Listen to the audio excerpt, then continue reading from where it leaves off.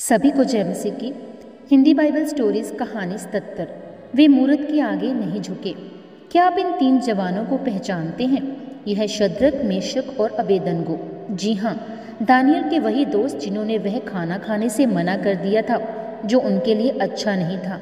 अब ये बड़े हो गए हैं, पर वे ऐसे क्यों खड़े हैं जबकि उनके पीछे सारे लोग उस बड़ी मूरत के सामने सिर झुकाए हुए हैं?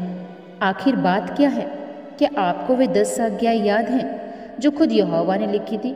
उनमें से पहली आज्ञा थी, तो मुझे छोड़ किसी दूसरे ईश्वर की उपासना मत करना। यही आज्ञा मानते हुए शद्रक, मेशक और अबेदनगो ने उस मूरत के आगे सिर नहीं झुकाया, जबकि ऐसा करना उनके लिए आसान नहीं था। ये मूरत बाबुल के राजा नबूकदनेस्सर ने खड़ी करवाई थी।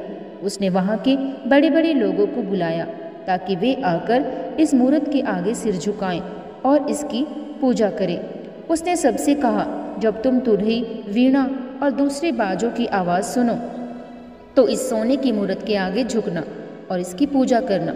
जो कोई ऐसा नहीं करेगा उसी वक्त आग के धधकते भट्टे में फेंक दिया जाएगा।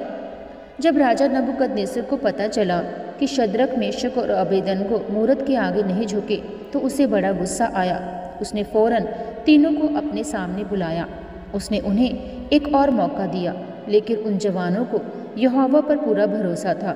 इसलिए उन्होंने नबूकदनेस्सर से कहा, हम जिस परमेश्वर की सेवा करते हैं वह हमें बचा सकता है, और अगर वह हमें नहीं बचाता तब भी हम तुम्हारी सोने की मूरत के आगे हरगिज नहीं झुकेंगे। ये सुनकर नबूकदनेस्सर का गुस्सा और भड़क उठा। आग का एक भट्टा पास ही था। नबूकदनेस्सर ने हुक्म दिया, इस भट्टे को 7 गुना और गर्म करो। फिर उसने अपने सबसे शक्तिशाली सैनिकों से कहा कि वे शद्रक, मेशक और अबेदनगो को बांधकर भट्टे में फेंक दें। भट्टा इतना गर्म था कि वे शक्तिशाली सैनिक उसकी आंच से ही जलकर मर गए। लेकिन उन 3 जवानों का क्या हुआ जिनको उन्होंने आग में फेंका था? जब राजा ने भट्टे में देखा तो वह डर गया।